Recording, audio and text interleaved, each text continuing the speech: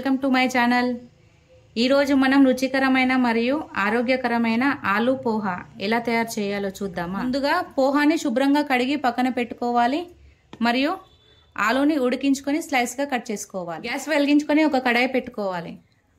కడాయి heat అయిన తర్వాత 3 table spoon oil పోసుకోవాలి. ఆయిల్ హీట్ అయిన తర్వాత పల్లీలను వేసుకొని వేయించుకోవాలి. పల్లీలను ఒక ప్లేట్లోకి తీసుకోవాలి. ఇప్పుడు పల్లీలను పక్కన పెట్టుకోవాలి. ఆయిల్లో 1 స్పూన్ ఆవాలు, అలాగే 1 స్పూన్ జీలకర్ర, ఎండుమిర్చి, పచ్చిమిర్చి వేసుకొని కలుపుకోవాలి. సన్నగా కట్ చేసిన ఆనియన్ వేసుకోవాలి. ఆనియన్ వేసి కలుపుకోవాలి. ఆనియన్ వేసుకున్న తర్వాత కరివేపాకు వేసుకోవాలి. అంతా మిక్స్ అయ్యేలా కలుపుకోవాలి. ఆనియన్ మొత్తం ఫ్రై అయ్యాక 1 స్పూన్ పసుపు వేసుకోవాలి. అలాగే 1 స్పూన్ సాల్ట్ వేసుకొని కలుపుకోవాలి.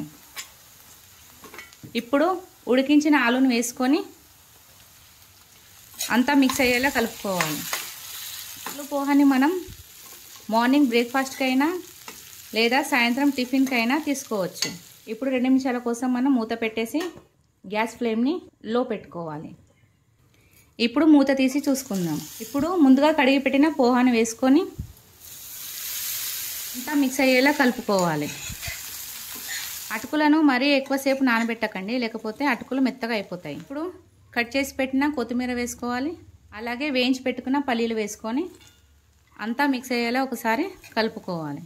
మీరు ఆలు బదులు పనీర్ అయినా లేకపోతే ఏదైనా వెజిటేబుల్స్ అయినా వేసుకోవచ్చు. మనం పోహా చేసినప్పుడు గ్యాస్ ఫ్లేమ్ని మీడియంలో పెట్టుకోవాలి, లేదంటే పోహా అడుగంటుతుంది. ఇప్పుడు ఒక 2 నిమిషాల కోసం మనం మూత పెట్టుకోవాలి. ఇప్పుడు మూత తీసుకొని అంతా ఒకసారి కలుపుకోవాలి. ఇంతే అండి, ఎంతో రుచికరమైన ఆలు పోహా రెడీ. దీని రుచి మనం మాటలో చెప్పలేం, మీరు చేసుకొని తింటే తెలుస్తుంది.